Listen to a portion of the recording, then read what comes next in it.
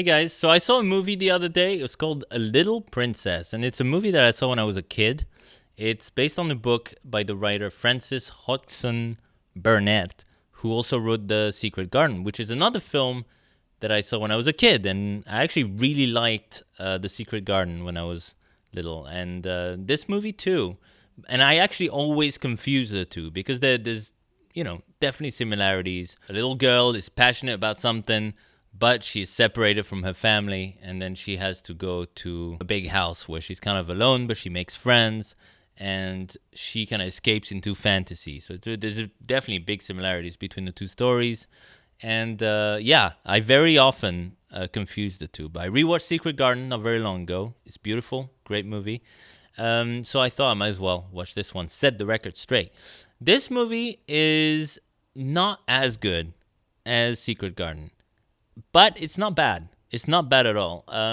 It's almost as good as Secret Garden. This movie, didn't do very well when it came out, at least box office wise. It did well critically, at least. Like it got some Oscar nominations for, I believe it was art direction and cinematography, and to a certain extent, rightly so. I mean, I never realized, but the movie is actually directed by a legit director, Alfonso Cuarón, and it's true that visually the film looks great. I mean, I was especially impressed by the cinematography. Like the lighting is just beautiful. It's just very natural, but very beautifully done throughout the film. There's also these kind of more fantastical parts of the story, which is kind of a story that the little girl is telling her friends. The sets and the look of those fantasy sequences is really cool. It's something out of a Tarsem Singh movie or something. Yeah. This movie looks good. The only problem with the visuals in this movie is the CG. Every so often, there's something CG, and it looks bad. Like it doesn't look like it's not the worst, but it's not good. Like it's definitely not good enough. But I mean, it was probably kind of fine at the time, but it didn't age particularly well. Big deal. I mean, at least it's during kind of more. You notice it more during the more fantasy sequences, so you're kind of like, well, it's meant to look otherworldly anyway. Big deal. So you get over that pretty quickly. But yeah, so the little girl goes to live in a boarding school in New York City, I think, and everything's kind of okay. Like she makes a bunch of friends, and but the problem is like the person who runs that place is horrible. The actress is Eleanor Bron, and she is the true villain of this movie. Like she is a monster. She really hates this little girl who, just because she kind of escapes into fantasy and has likes to tell stories to her friends and not really accept like the reality of things. She kind of finds a spin on it that's a bit more palatable. But yeah, it's almost like jealousy. And it's interesting because I kind of predicted early in the movie that this character would, spoilers by the way, spoilers ahead. Check if you want my review real quick before you go see the movie. It's good. Check it out. It's not as good as The Secret Garden, but it's good. I predicted early in the movie that she would turn good by the end of the film, that she was going to be the kind of hard ass at the beginning, then she'll reveal why she was actually very angry, stuff happening in her life, and then she would turn out to be good. No, this movie doesn't even. This movie's like, no, she's all bad from beginning till end. But there's like kind of, it's cleverly done because there's some moments where you can see she's getting emotional, and you're like, oh, is this the turning point? Have we reached the part of the film where she becomes like a normal person? No, never actually happened. She's just an awful human being. But she's a great villain. Like she is very good throughout. Like you really hate this character. The main little girl is quite good. Actually, the young cast is impressive. It's very good. It's like the young cast in Secret Garden. Like everyone's like really well chosen. I think the main little girl is not quite as good as the main little girl in Secret Garden, but she does a decent enough job. Like they're all quite good child actors.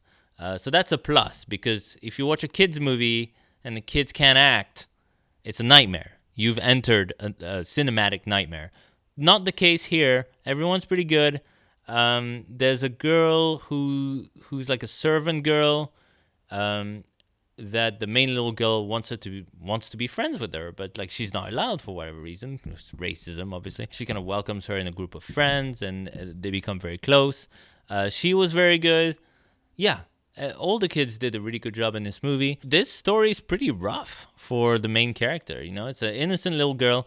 I thought what was really well done was how they showed how much she loves her father and how much he loves her at the very beginning of the movie. Unfortunately, they rip them apart straight away, and the father has to go to the Great War, fight in the trenches, and something happens, and she is told that he died, and you really feel her heartbreak in this moment, and it's a very powerful scene where she learns what happened. Unfortunately, they don't build on that well. This should have built up to a crescendo at the end of the movie, where something happens and it delivers all the emotions that you really wanted to pay off at the beginning of the film. They try to do that. It doesn't quite work. Like I don't want to reveal the ending, but basically, it's the emotional punch that I was looking for never quite came, and that's a shame. This little girl, like throughout the movie, goes through a lot. Like she basically becomes penniless overnight. Eleanor Bron's character like keeps her around and turns her into like a servant. And actually there's like a pattern of that teacher character or headmistress, whatever she is, just hiring children to do work and then yelling at them. It's just like, you're not meant to hire children to work. Just did you not know that? So she is horrible. She's like a character out of Matilda or something. You really hate this character. No, but this is a very nice looking movie. Alfonso Cuarón does a really good job with the storytelling. There's a couple of cheesy moments in the second half of the film. This is a kids movie. It's more a film for little girls. They'll identify more with it. But I remember watching it as a kid and thinking it was really good. And I like any kind of fantasy story like this, where like a character escapes into fantasy. So I thought that was done really well. It's a pretty looking movie. It's a pretty movie in general. It just needed something extra to elevate it to the level of Secret Garden. It didn't quite have it. It just needed to break my heart, and it didn't. But it was so close. It could have totally done it as well, which is a shame. Really nice soundtrack as well, like beautiful. So I recommend this movie. I recommend A Little Princess. I actually recommend both. Like, watch The Secret Garden, watch this movie, and kids can watch this movie. This movie has some scary parts, but it's just because it's a cruel movie set during the First World War. What are you gonna do? They have to. It's like Pan's Labyrinth. The little girl's gotta escape to see for a specific reason. Something horrible must be happening. But Pan's Labyrinth is better than this movie as well, let's be real. No, I like this movie. No one talks about it ever, so I thought, you know what, I might as well talk about it myself. And I enjoyed revisiting it. I definitely will not confuse it with The Secret Garden anymore. But yeah, good stuff. Check it out.